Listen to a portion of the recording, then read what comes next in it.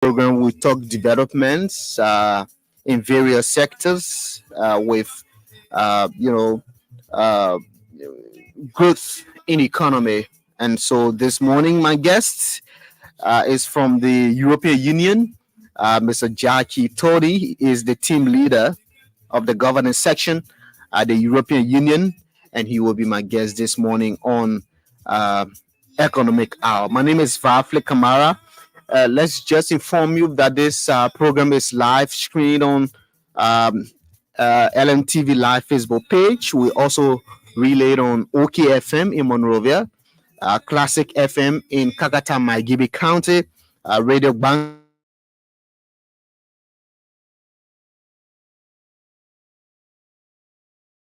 Super Bungie sing across the country. So this morning we'll be looking at the European Union's contributions in Liberia, and nobody else is, best suited to talk about that. It is Mr. Jyrki Torni, the team leader, governance section at the European Union.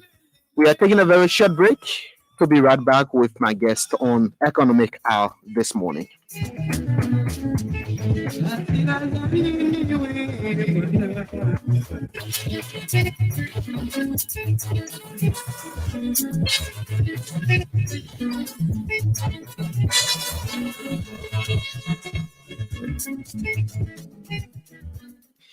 Welcome back to Economic Hour on ELBC Radio. My name is Varflay Kamara. And so, like I said, this morning, my guest is Mr. Jyrki Torni. He is the team leader at the governance section at the European Union. Mr. Torni, good morning. How are you? Good morning. I'm all okay. Okay. How are you? I'm fine. And I've had an interview with you before on a program called TVED on Radio. That was 2021. And so we've had history before. But has everything, I mean, in terms of defining your role at the European Union, what can you tell us? My own role or the European Union role? Your role. Very well. Okay. So we have, as you are aware, we have the operations where we deliver cooperation programs to Liberia, and we are divided into two sections. One is governance, which is our team. The formal name of it is political and economic governance, because we don't have too many staff. We have combined political and economic issues, but they also are very close to each other when it comes to the development cooperation. The other team is focusing on natural resources and resilience, agriculture, forestry, and then we work together. So in order to make sure that our programs are delivered in harmony and also finding synergies, we need people who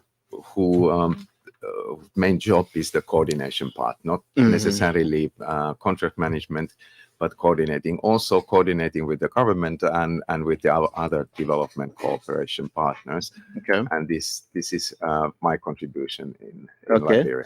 And you've been here for 4 years now. Exactly. Hey, guess what? You'll be leaving tomorrow. I will, with heavy heart. It's 4 years. One gets rooted into a country. Okay, yeah. I'm going to ask you about your memorable engagements in Liberia, but let's look at on a broader perspective the EU's contributions to Liberia. What are the areas of focus? You named forestry, agriculture, and all that. What are other areas?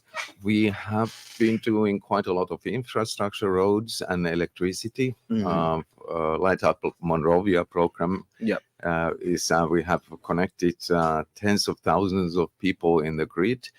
I think that's one of the areas where people really see a change in their daily lives. For instance, we are assisting the government working on good governance, but these kind of things like public financial management systems, they are not seen by the general public, but they are importantly operating in the background.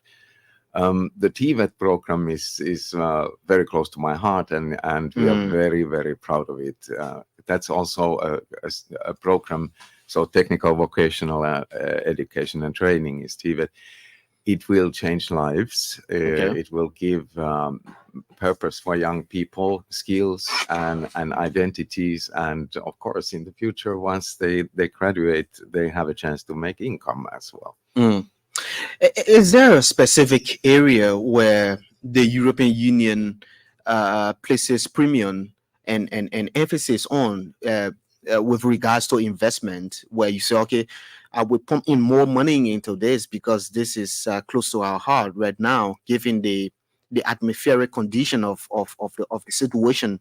That kind of support, do you do that where you say if it's TVET, okay, we pump in more money into TVET and skill down in other areas? Do you do that? Well, firstly, the good governance needs to be in place, because any state is lying on the way how it is governed. Okay. And but this is, as I said, is kind of a back office operations. Once the governance is in place, we can start building other stuff like training of youth. Obviously, like any other development partner or the government of Liberia, we have limited resources. So we have to select the sectors, what you were just listing also. And we have agreed with the government that we will be looking for the human development in terms of the technical training.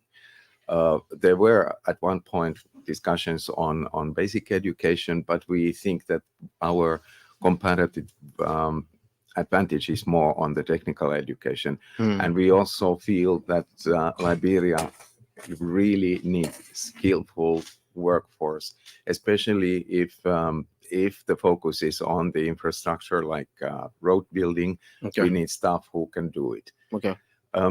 We are looking into a program on economic development, private sector development, but this is only being identified and formulated at the moment together with the stakeholders and the government. So in the end of the day, we hope that we are going to help Liberia to establish an ecosystem where access to financing for micro and small enterprises is easier than it is today. We know that this is one of the most challenging problems in the growth sector. Then we continue with the governance. Then we look into the technical training. And so it is a step-by-step approach. Yes. Based on needs. Yes. And I mean, like, not only needs, but you need to have certain building blocks in place before you can start building the rest of the house. Wow. And I'm still must make a reference to the forestry sector. So we are looking into natural resources and biodiversity, so that because Liberia has an abundance of natural resources, but we together are looking into how to use them and take advantage of them in a sustainable manner. So currently, as we speak, what is the EU doing in the forestry sector? Well, we are operating in the area of sustainable forest management.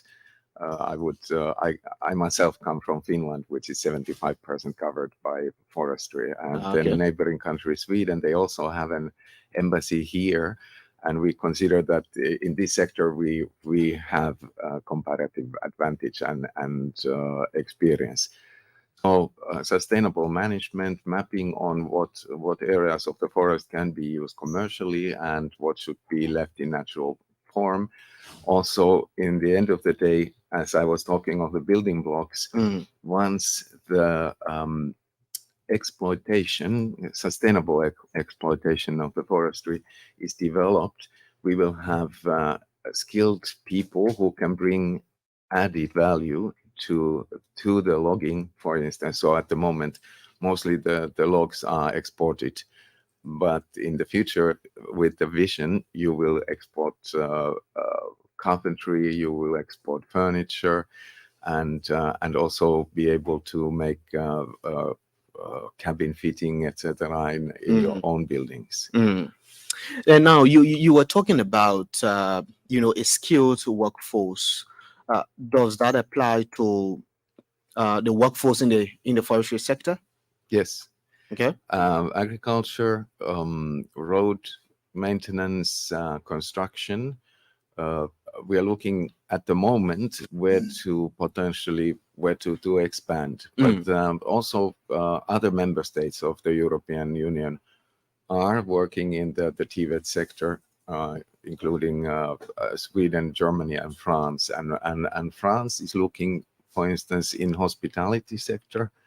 So the Ministry of Information, Culture, and Tourism is looking into the development of the tourism sector, Okay. which is what a lot of countries are looking into when they are in the economic situation such as Liberia. Okay. And there tourism sector is interesting because it can easily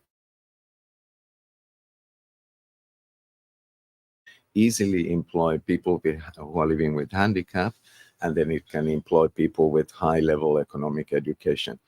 So this is an area where we also would like to expand, but we are now studying and seeing, and also on which speed we can move on. So it means that Team Europe, you know, making up of countries like Sweden, Ireland, you know, Germany and France and all these countries, they take different assignments.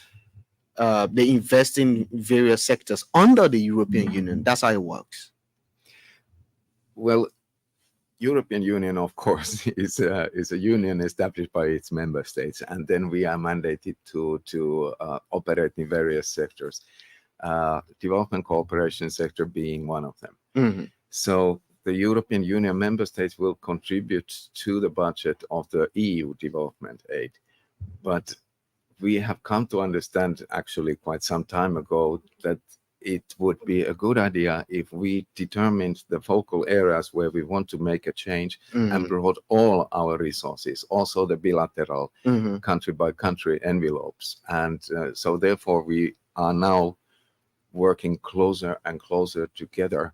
Okay. And we have selected these areas. Okay. There are like TVET also, we as I mentioned are operating with the member states, but we are also contributing to the support to the elections. Okay, great. We'll come to that. Let's come to energy, electricity. What you talk about the Monrovia electricity project. Tell us more about that. Where is it right now?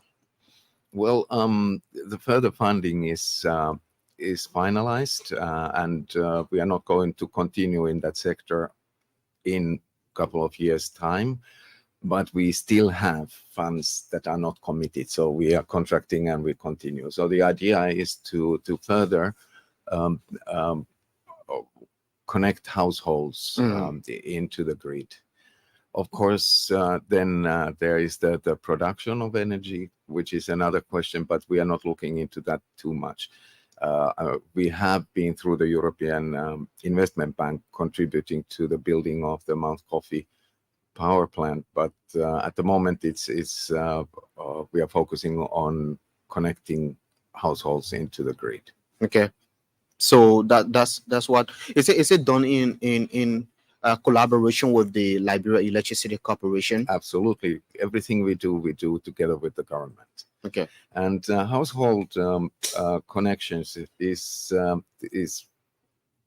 noticed that it has.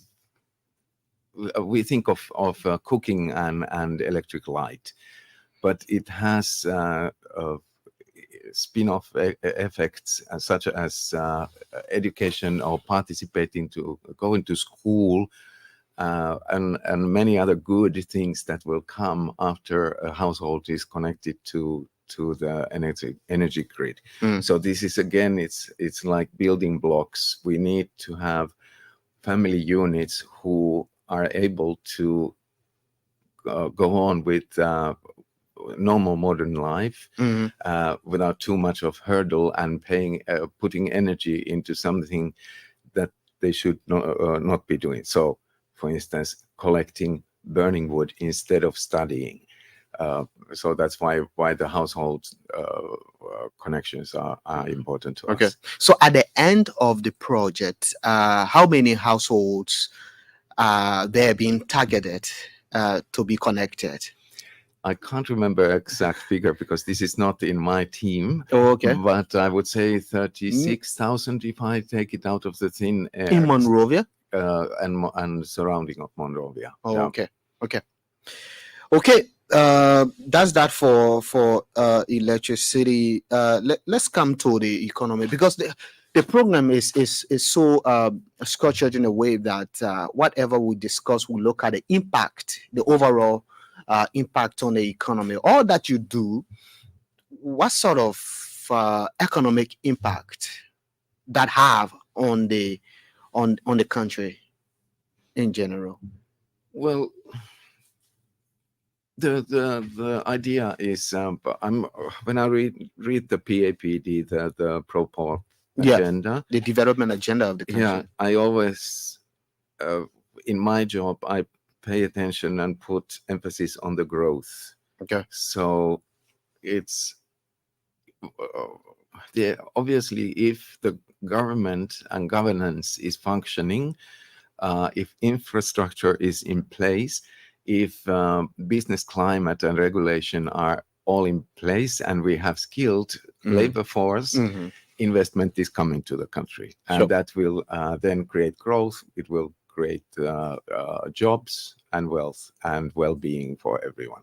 Okay. So everything that we are doing is aiming at that direction. Even as I said, that support to the elections, it's not only one round. We are supporting the country in growth of democracy in general, and business, the functioning democracy. Exactly, and you have a functioning democracy. It's and business needs a predictable, steady governance system in the country in order to feel secure to invest. Okay, great. If you just joined us, you're listening to Economic Hour on ELBC Radio. My guest comes from the European Union. He's Mr. Jyrki Torni, the team leader of the governance section at the EU. And we're discussing all things European Union, their contributions to Liberia, the economy, agriculture, the elections, and energy and all that. Now, let's come to agriculture. Agriculture is one of the main sectors that the government and every government depends on for growth in the economy. So, with regards to agriculture, what is the EU's focus? Well, we are actually focusing on food safety. At the moment, Liberia is importing unacceptably much of its nutrition and food. Yeah. In agriculture, within agriculture and food safety, we are looking into rice. If I remember, Liberia is importing 80% of its rice. Of its staple, yeah. Yes. At the same which shouldn't be happening. And that's why we are working together with the government to change that. It's at the moment we are looking into a World Bank loan together with the European Investment Bank loan, and then of course technical assistance. So food security is one thing. Nutrition is not in the core of our program, but it's one thing. But also agriculture can create jobs and wealth and meaningful lifestyles. Also, if we look at developing countries around the world, there is a risk that rural populations will move to urban areas and burden the system and not at the same time producing food. So we are looking into this balance, and we would like to keep assist people to make their livelihoods in the places where they are born and where their social contacts and networks are. So you're doing that with individual farmers or cooperatives? Anything. So first we are looking into we always look into the regulatory environment, that everything is in place. Then we need to look together with the government of the use of land. I'm obviously constantly repeating the sustainable word. So we want, like if we talk of forestry and agriculture, there might be a conflict in the need of the land use. So we are looking into how this can be done in a sustainable and in a clever manner, and then because you want to protect the land, you want to grow the forest, but then you want to farm, and to Yes. farm you have to cultivate Exactly. the land. So there's a conflict there. There could be a conflict, but there's enough of knowledge on how this is done sustainably, and we believe that with the consultants and the specialists we work with, and together with the government, we can strike the right balance. And then, of course, we are looking at the same time into how to involve the individuals, as you were saying. Would it be through a cooperative or just individual farmers? What kind of training they need? And also the very important question on access to financing. Microloans, if there is a scheme we can use, or in principle we would like to work together with the banks to increase their capacity of assessing small holder applications and the collateral they might have. And then, of course, there's one thing is that the machinery that is needed. The equipment. Yeah, and then we can see that, okay, this would be probably clever to organize through a cooperative, or maybe there is like a rice mill of the village. But what does the potential present? Because you first have to look at the capacity, the potential. Then you align your support to it. So for Liberia, and the potential of the agriculture sector, the potential of the farmers, the potential of the communities, what do they present for which you can align your support? Do we have a huge, potential to get what we want? You talk about reducing importation of our staple, and growing more here than importing from elsewhere. Yeah, well, let's look at the commercial potential is already there. Okay. Excuse me. You can just see how much rice is being consumed. So all this rice should be produced in Liberia. That would be the theory of the change. So then but it boils down to workforce. Do we have the capacity to produce more than we consume? Yes, if everything is done well, but not today or not tomorrow. So these programs are there for changing that situation. And it's we are now focusing on rice, but you also have abundance of protein in the Atlantic Ocean. So there's no reason for Liberia to be poor. I always say. It comes down to huge potential. Yes, and then when things are done right, there will be skilled workforce, farmers in place. At the moment, the problem is that the production is so inefficient and the volumes are not yet there, so that it's cheaper also to import to the country.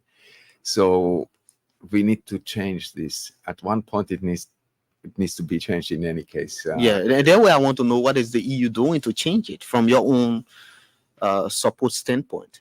Well, in a bigger picture, we are looking at the financial management of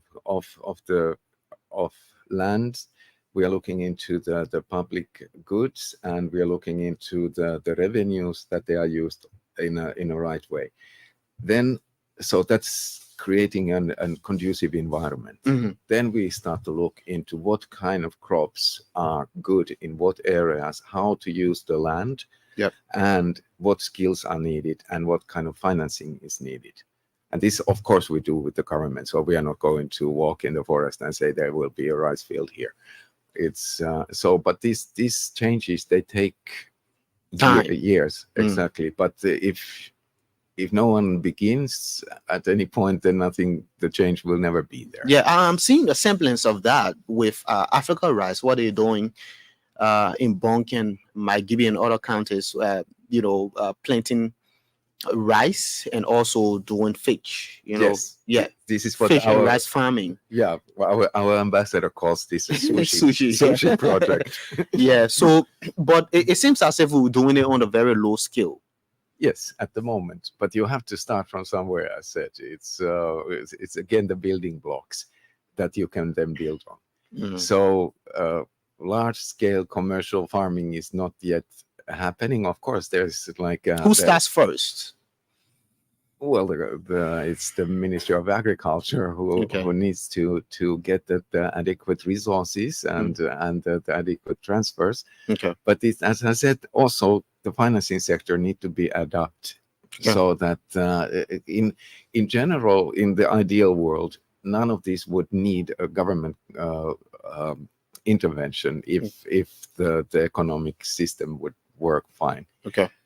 Yeah. It's and talking of forestry and farming, so there is large scale farming in rubber, for instance, Okay. And this needs to be looked at when we are talking of land use and opportunities. And I'm tempted to come back to electricity because there is this 44 million project for electricity distribution in Buchanan and a hydro in Greenville. Mm. What's the status of those two? Yeah, they are just starting as I'm involved.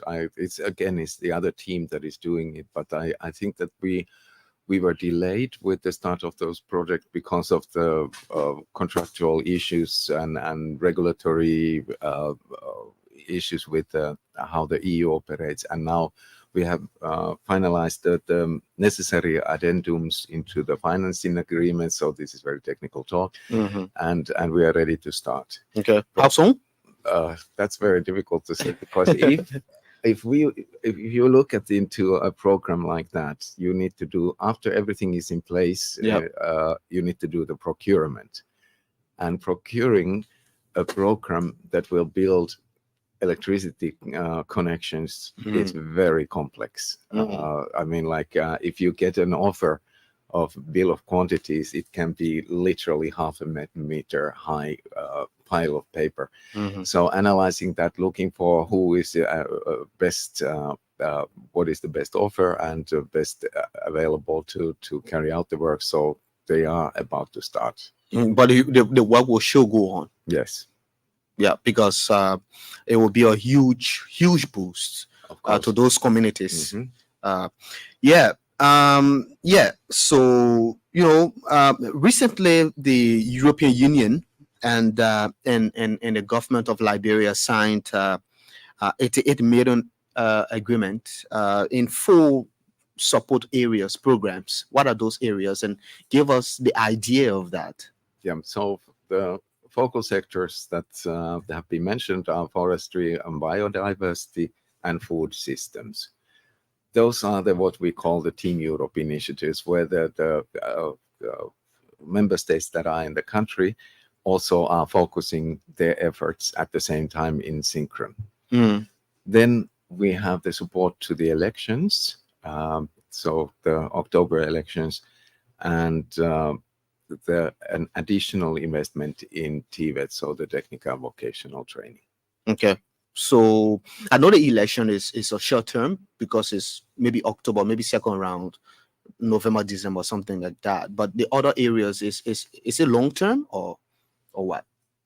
All of them are long term, even elections. So we are not just 2023 elections. No, because so it goes beyond. Yes. After we call the program like enhancing the democracy in the country. So elections is one manifestation, obviously very important and visible of it. But we hope to start to work after the elections with the political parties in what could be saying professionalizing them, so that the political parties' communication on their manifesto, what they want to change in the country, would be easier to understand for the constituencies and the people.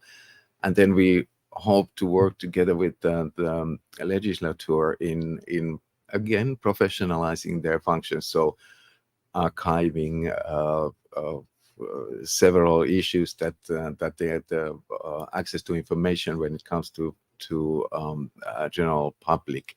So it's not only one shot for the elections, and even there, our support together with Ireland and Sweden and implemented by UNDP goes to the next, so the National Election Commission. Okay. So they actually do the work. We bring in know-how and resources. Okay. So, what's the duration of that entire project? That is it. 3 years. 3-year project. Yes. 88 million. 15 million. 50. 155. Oh, 15. Yes. 15. And then, of course, the forestry and biodiversity, agriculture, we have been operating in there, but this is a very long-term engagement. And of course, the TVET education, we will expand to all the remaining counties. So once the program is finished, if I remember out of thin air, in 5 years' time, 5 or 6, all counties in Liberia will have a TVET school, some of them even 2. Okay. So it's a long-term interventions. And I think that all development partners today, they are looking into long-term interventions and hoping to get short-term returns. Okay. Because you said TVET is one of your interest areas. Again, I come back to potential. Do we have the potential to cope with TVET? What TVET offers? Yes, as I said, at the moment, the areas are where skilled labor is needed. So road construction in general, plumbing, electricity, and woodworks. In the census report is soon going to be published. Obviously, there are already references to it. And we can see that almost 75% of Liberians are 35 or under, or 34 or under, anyway. So in many concepts, it's considered to be the youth. Okay. So depending on which approach one takes in one's mind, we can see a potential problem or huge potential. And we operate on that potential. So you do have a potential workforce for whatever you decide to do in your economy. There are the people, they just need to be trained. So you don't have to import working force like in some Gulf countries. Workforce are being imported from Asia, in Europe also a lot, because our birth rates are going down. But Liberia doesn't have that problem. It is just now how to manage it, and it's a huge task. It's of course. So it seems as if, and I'm trying to picture what you're trying to say. We have the workforce, we have the youthful workforce, but we don't have the training of the workforce, which is making it very difficult to, to carry on some of the things that we need to do. Because you're trying to say, if we have a skilled workforce, we can do more great things. Exactly. And investors are looking, they look for a lot of things. The level of taxation, the fees of establishing a company, etc. And they do look at the level of human development. So do I have a workforce that is capable to do my business or the work that the business is going to do? And at the moment, we are building that workforce. It's soon the graduates will come. Also in TVET, we give short-term courses. So evening courses, 1-week courses, so the companies can send their staff into a quick training and focus on certain skills in electricity, for instance. So you will have that workforce trusting that the TVET program will kick in. Okay. And that training, of the workforce is dependent on the TVET program. Yes, a more functioning TVET program. Exactly. And decentralized TVET program. Yes. Across the country. Exactly. And then you have also other operators than the state. We are building a school gateway training center, uh, uh, which is managed by private sector. So it is kind of a piloting approach where the private sector is sitting in the school board and determining what kind of skills are needed, and then having a direct contact with the private sector. So we are not going through a middleman, let's say. But at the same time, you need a coherent, coordinated system in the country. So, for instance, if your son comes from Don Bosco school with the certificate, or comes from Taban Multilateral High School with a certificate, the employer needs to know what is it that this person actually can do. And this has been very difficult for the employers. I happen to know people in the car repair industry, so they would say that it's not guaranteed.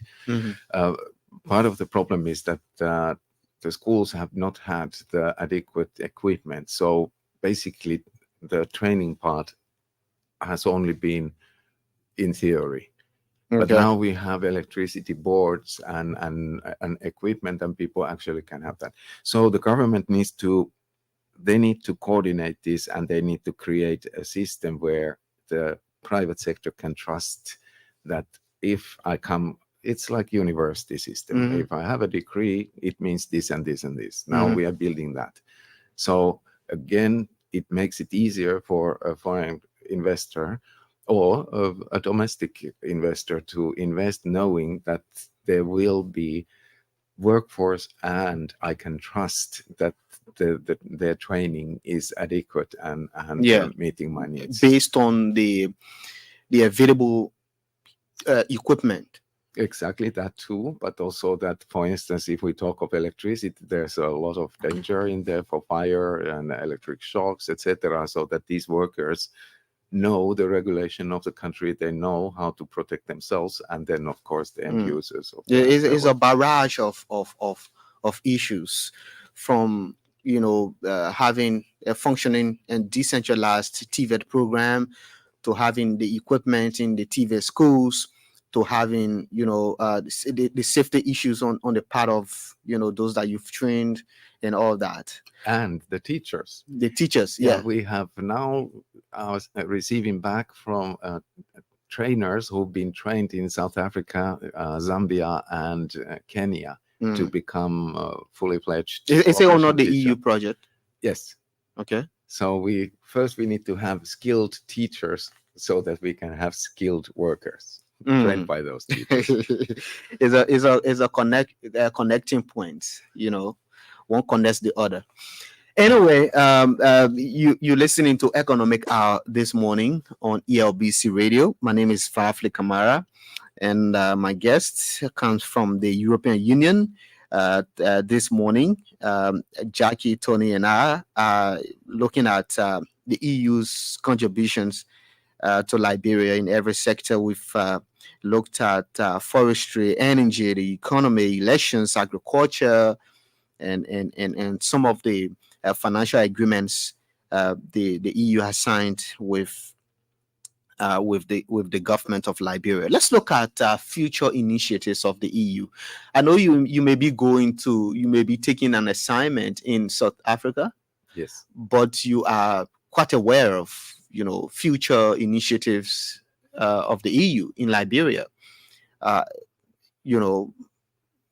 And just looking at 5+ years, since the inception of this government, and your contributions and what you intend to do, no matter the outcome of the elections, what can you say?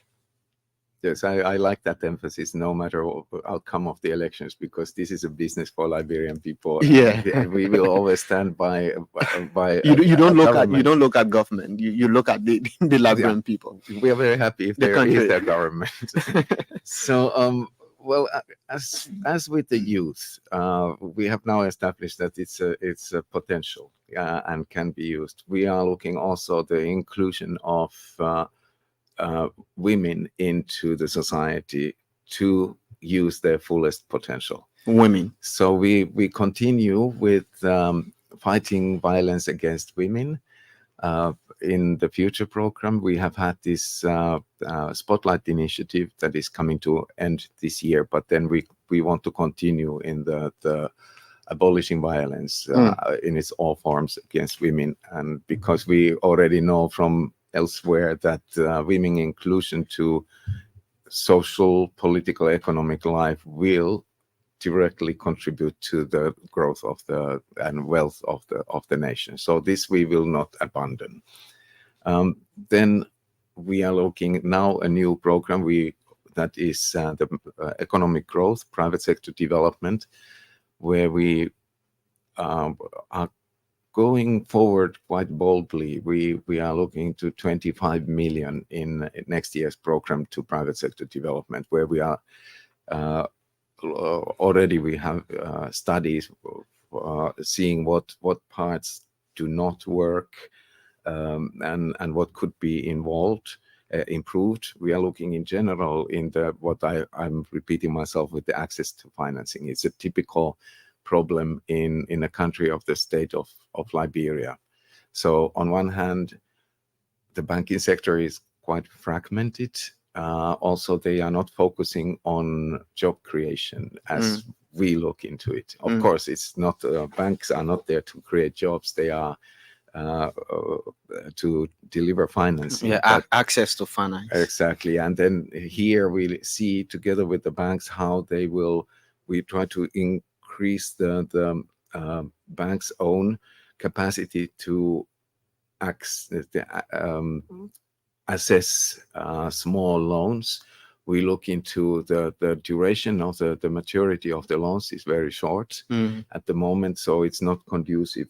And then we look potentially larger investment programs, maybe RISE, where the European Union system can give guarantees, first loss guarantees to the banks, hoping that the appetite for this kind of financing becomes greater when the risk for the bank is smaller. This is the basic formula that we are using everywhere, even inside the European Union.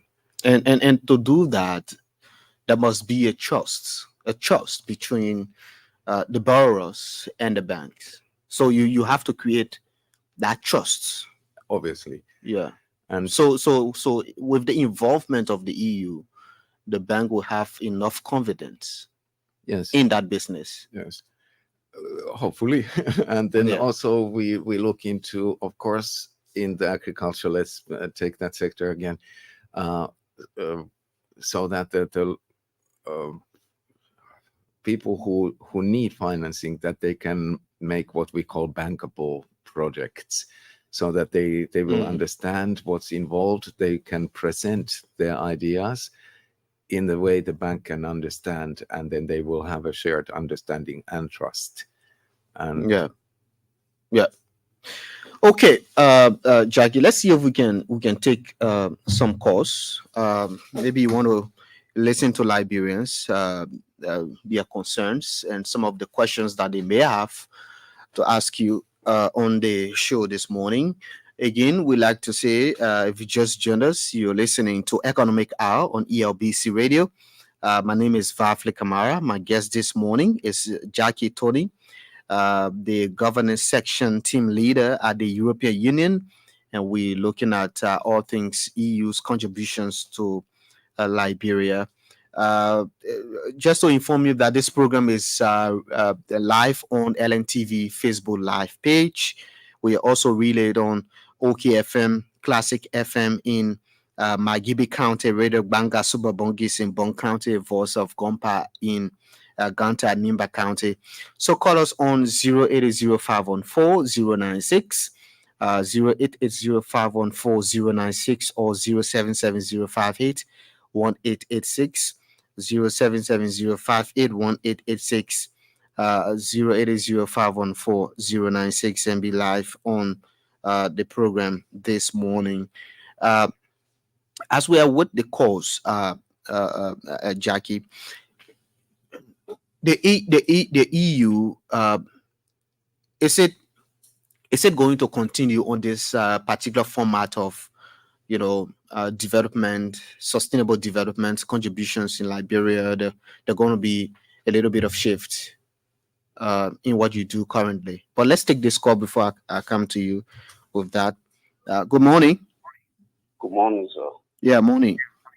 Yeah, I'm James M.K. Kohler. Okay. Calling you from Burraville. Mm-hmm. Okay, I am a motorist, and I'm very much. I want to tell Studio Guest thank you for all what he has been saying, Mm-hmm. and really, I want to know from him how can a small scale farmer be able to get a loan to be financed to carry on their projects By the EU, right? that come by. So you're asking how can small scale farmers get support from the EU? Yes, Okay. because we found it very difficult this time to even carry on agriculture projects due to so many things. So actually, how can a small scale farmer get a loan? Okay. Thank you. Thank you. Good morning. Morning. Call us on 08005144096. Let's hear from this person right here. Good morning. Morning. Morning. I'm Matthew from where I call you from West Point. Okay, let's hear you. Yeah, I'm grateful to listen to an honorable from the EU. It is important that we take into consideration some of the history account of the EU we've been following. And in 1950, it was called the Economic Community, European Economic Community. And in 1994, it began the EU. So we've been following some of the happenings as it relates to the European Union in Liberia. Mm-hmm. And I listened to you when you asked him, what is the EU doing to change? After he said that there is no reason for Liberian to be poor. And he answered that lengthily. But my question here has to do with how is the EU helping to promote tertiary education in Liberia? Okay. EU support to tertiary education. Okay, let's take this one. Good morning. Good morning, Varflay. Morning. Let me say good morning to your studio guest and to Librarian following your broadcast about this time. Yep. I'm Emmanuel M. Super Jr., UN chairperson of the People's Liberation Party, P of the Montserrat County, and CRC of the Inter-Elected Flag of District number 14. Mm-hmm. Well, I listened to your studio guest from the European Union. I really don't have a question, but I think I called in to give some applause, to commend the European Union for the many tremendous work they have never ceased doing in our country. Probably the European Union has played a very major role in our forestry sector and other sectors that I follow closely. But then what I want to know, probably at the end of a question, what I want to know, some of these projects, when they are carried on in the country, do they really, publicize it or like come to various media platforms so that the public may be aware, so that they will have a unanimous community engagement, like the forestry sector? I'm sure they that is one of their focus. When they go to those counties, those villages, or those areas that host the forest, do they call the inhabitants of those areas to get involved in the forest activity? Because they carry on project, the biostructure in those areas. That's what I want to know. Again, let me appreciate them for their effort in our country. We really appreciate them. Thank you very much for putting the time. Thank you so much. Okay, Jyrki, let me just restate the questions and the accommodations for the EU. The first caller wants to know what sort of support can small scale farmers get from the EU, maybe in the form of loan or grant. The second caller is asking the EU support to tertiary education, and also the last quarter, when you have these projects in the communities, let's say in Bond County, for example, do you engage the community people? Do you have this dialogue with them and give them the essence of the project you're carrying on? Do you have this media engagement? Of course, this is what you're doing, and I've had the EU ambassador here, and but with the communities themselves, do they understand exactly what you're doing? Do you engage them? So these are the three major concerns from our callers. Very well, thank you to the listeners. I start from the last. Everything we do, we engage with civil society. And forestry was mentioned. We are engaged with forestry, civil society organizations and community organizations. We really are serious about it. We even call it a structural dialogue. But all our programs, especially programs that will change the environment where people live, involve the civil society dialogue. Then, of course, the government is also having a civil society dialogue, and then we learn these community touching questions through this dialogue. The first question is like, at the moment, we don't have a grant or loan scheme in place, but we are looking for several opportunities. The other development partners will have already worked with the local commercial banks on small scale loans. We look into that. We are also following very closely of the audits of the Liberian Bank for Development and Investment, LBDI, which would be a natural collaborator because it was established for this purpose, and other funding mechanisms, but they are not yet there. We are looking into how to best set up the system. And as I probably mentioned earlier, it's not only making funds available, but it is that both sides, both the financing institutions or the bank or co-op, understands the loan seeker, and that the loan seeker at the same time understands what is needed from, for instance, what can be considered as collateral. For a small, say, $3,000 loan, you don't necessarily need collateral depending on the bank, how it operates, and then the risk sharing. So all this we're looking into. You have to find a substitute. Yeah, we have for to collateral. we have to find a mechanism that will nourish both the financing side and then the use of financing side. So in this case, we were talking of the farmers. Yeah. And then so that is also sustainable, so that once the European Union withdraws itself from this program, the system works on its own. Yep. And the funds are managed sustainably. Tertiary system, we are not directly involved in tertiary education in the country as said. All development partners have limited resources, and we have agreed with the government our focal sector, and now in education we are focusing on TVET. At the same time, we are a contributor, the largest contributor to the Global Education Alliance, which is supporting the primary education sector. Okay. However, we do have scholarship programs, Erasmus. For those who are interested, they can Google. Also, our member states, especially France, also Sweden, Germany, they have extended exchange, student exchange programs. And a few weeks ago, we invited young students to the EU delegation where we introduced these programs, but we don't support the sector or the universities in a direct program. Okay. Just for a thought, Jyrki, the sustainability of these programs, of these projects in the field, do you have a mechanism put in place where the community can, on their own, sustain them? That's the idea. This is the whole idea of development cooperation. Communities, cities, countries. The idea is that that development cooperation as such would not continue in the future because we try to build an ecosystem that will be self-thriving. But of course, international cooperation will always continue in questions of climate change, pollution, international crime. So we hope that in the future, the nature of the cooperation will not be focused on helping the country to grow, but to focus on issues that are common for all of us and how we can work together.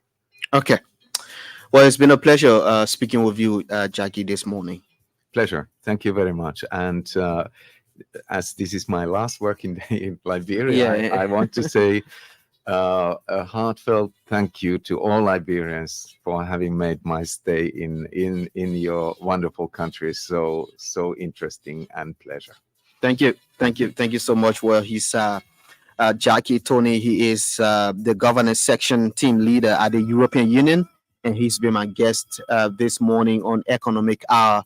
It is a 1-hour program sponsored and by the Ministry of Finance and Development Planning. Here we talk development in various sectors with a key look at the growth in the economy. We hope to speak to next week an official from the World Bank pertaining to the economic update on Liberia, where some good projections and the agriculture sector as well. My name is Varflay Kamara. Join the team. Join me tomorrow, let's say, for another presentation of Economic Hour. Bye-bye.